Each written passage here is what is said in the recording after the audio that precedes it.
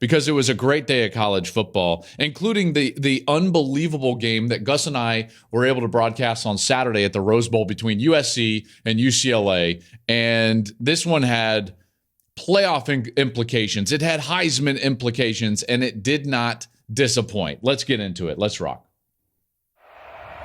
Brown in motion. Thompson Robinson surveying. Delivers. Intercepted by USC. Corey Foreman. And the Trojans pick off Dorian Thompson Robinson for the third time. Their dreams of a college football playoff berth still alive. Wow. I mean, what a game it was, right? It was a phenomenal game. Some great individual performances. There was a lot of drama in that game throughout, by the way. UCLA jumps out to the early lead. USC crawls back. Turnovers, swings of momentum.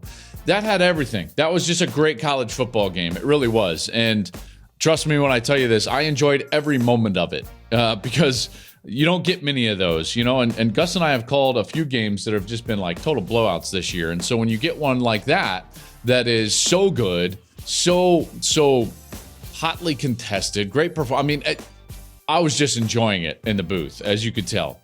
So USC prevails 48-45. And I think my first takeaway from that game, really twofold. And I want to talk about both of them, but let's start from the individual performance first, because Caleb Williams was outstanding, right? Like this guy is so clearly the MVP of college football. Now, I don't know if he's going to win the Heisman Trophy. I'm going to discuss kind of that discussion here shortly. But when we're just talking about MVP, there's no team that relies more heavily on one player than USC relies on Caleb Williams. Obviously, the nature of the position, yes, we get it, but it's even more than that. His playmaking ability, his attitude, his swagger. Remember now, the roster is currently constructed the way that it is in part because of Caleb Williams. Those guys came to play with Caleb Williams. Okay, so he doesn't just have a hand in changing the culture with Lincoln Riley in 1 year, building a new culture is the way I like to put it, but he also had a hand in building the roster, because a lot of these guys, like Jordan Addison's not coming for just some quarterback. He came to play with a guy like Caleb Williams, and it paid off because Addison had a monster game on Saturday night. UCLA did not have an answer for Jordan Addison, and they didn't really have an answer for Caleb Williams. He was so dangerous when he broke contain, and I kept talking about it all night long. And really, UCLA only, I can remember twice really in my mind, kind of kept him hemmed in. But this guy is so dangerous whenever he breaks contain. But it's not just that, because there are quarterbacks that are like itching to run and to break out of the pocket. He's not that guy either, because he can hurt you. He can hurt you a great deal from the pocket. And when he's in rhythm, he showed us a few of those throws. I can remember a few throws, couple to Addison, by the way.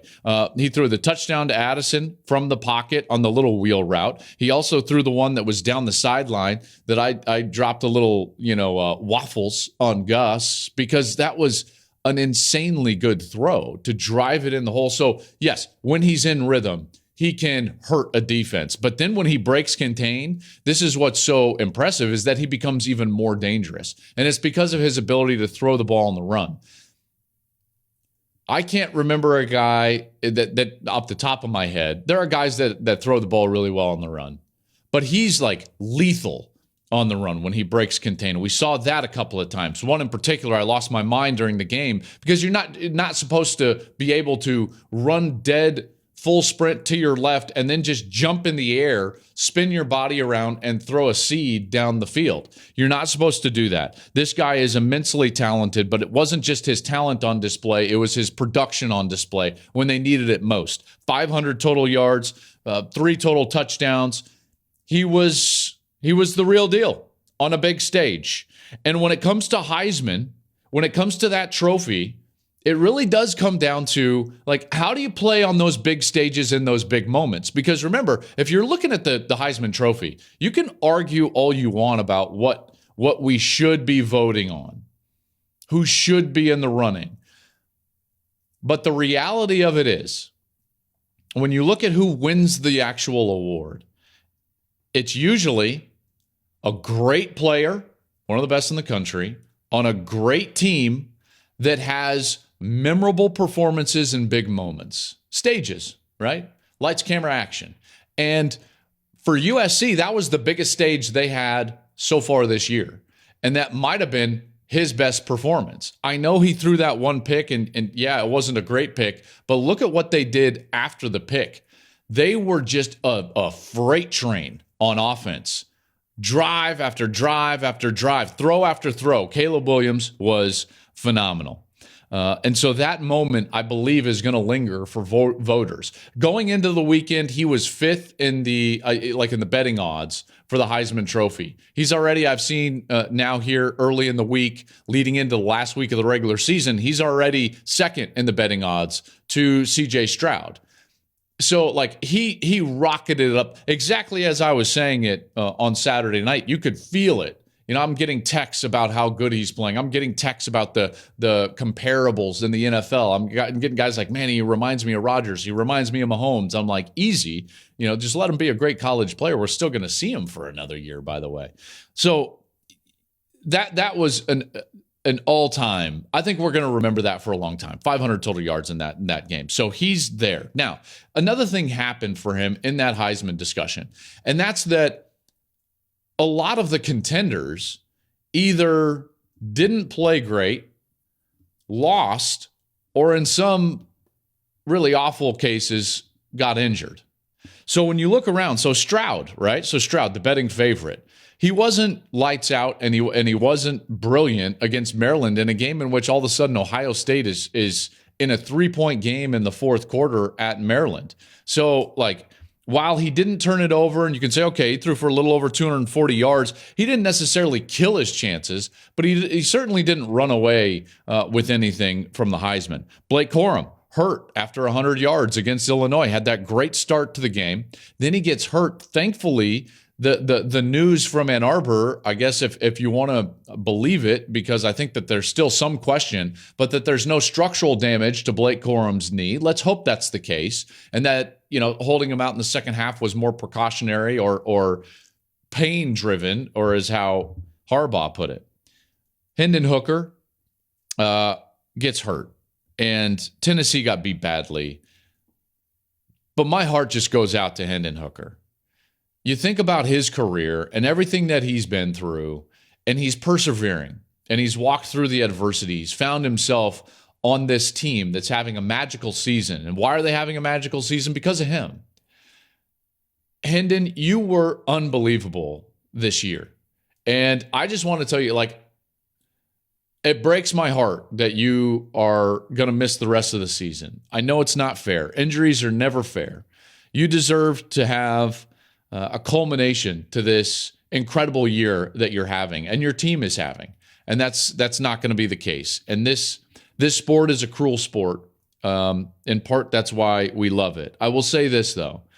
You have faced adversity and succeeded before, and you will again. You will be stronger because of this. This is not the ending point in your career. I believe that you've got a bright future ahead of you. You have been an absolute joy to watch this year from afar, albeit, but an absolute joy.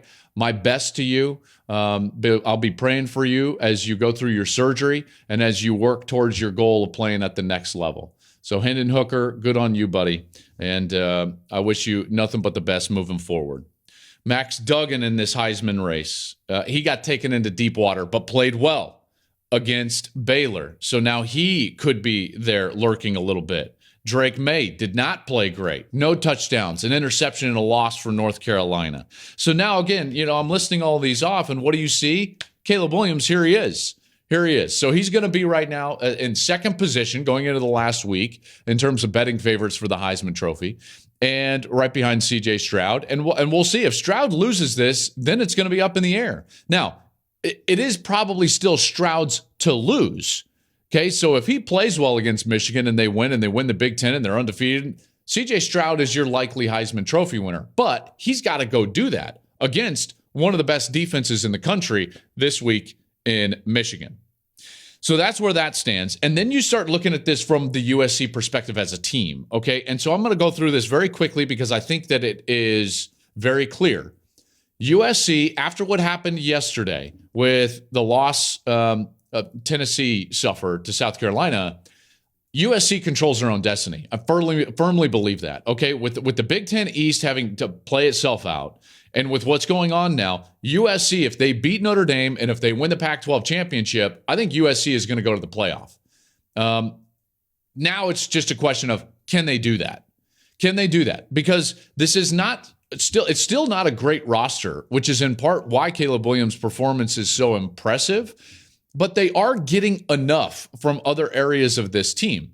Okay. I don't think, let's just put it this way. If Lincoln Riley looks back 5, 6, 7, maybe 10 years from now as the head coach of USC, I think he'll probably say, hey, this first team outside of Caleb and maybe Jordan Addison, it probably wasn't one of my best teams that I've had at USC because they're still trying to build this thing. They address it initially out of the transfer portal, did a marvelous job, but they are getting enough from some key areas. Okay, so now this team is going to go through this 2-game gauntlet. They're going to face Notre Dame. That's a Notre Dame team, by the way, that's so much better than what they were to begin the season. But now they're going to face this Notre Dame team, and they've gotten some key performances around Caleb Williams. I mentioned Jordan Addison already. How about the offensive line? How about Austin Jones stepping in for Travis Dye? That was a clutch performance from the offensive line. Okay, Austin Jones, well over 100 yards. That was a really good, solid game from the offensive line. Williams had all sorts of time to threaten the defense, not only with his legs, but obviously getting the ball down the field. And then the defense. Now, I get it. The defense is not stopping people per se, but they do get turnovers, okay? And the game, if USC takes care of business early, could have gotten away from UCLA because of the turnovers that the Trojans were able to force. Now 24 on the year, and they were able to get the interceptions necessary late in the half, then late in the game to seal things that really pay dividends. So this is a team that feasted off turnovers early in the season, takeaways, and now they're doing it again late. So can they win these 2 games? I think it's going to be very tough against Notre Dame. Notre Dame has not given up a 300-yard passer since Drake May early in the year when they beat North Carolina. When you look at their pass defense over the last 4 games, Notre Dame given up 5 touchdowns and only and gotten 8 interceptions. So this is a good pass defense, top 20 pass defense. They can run the ball. They can control the game at the line of scrimmage. And we saw USC have some trouble with that, obviously, on Saturday night. Then they would face, and if you're just panning this out, a lot of scenarios still open in the Pac-12. Oregon is your likeliest opponent in the Pac-12 championship game. And I think USC they would be fine with that. Why? Because Oregon's pass defense is not great. And if you got Caleb Williams and Jordan Addison and Lincoln Riley calling plays, then you can win those games. Can they win these 2 games? Yeah, they can. They can. I think this one's going to be tougher than the Pac-12 championship game. Notre Dame this week is going to be the toughest game that they have remaining.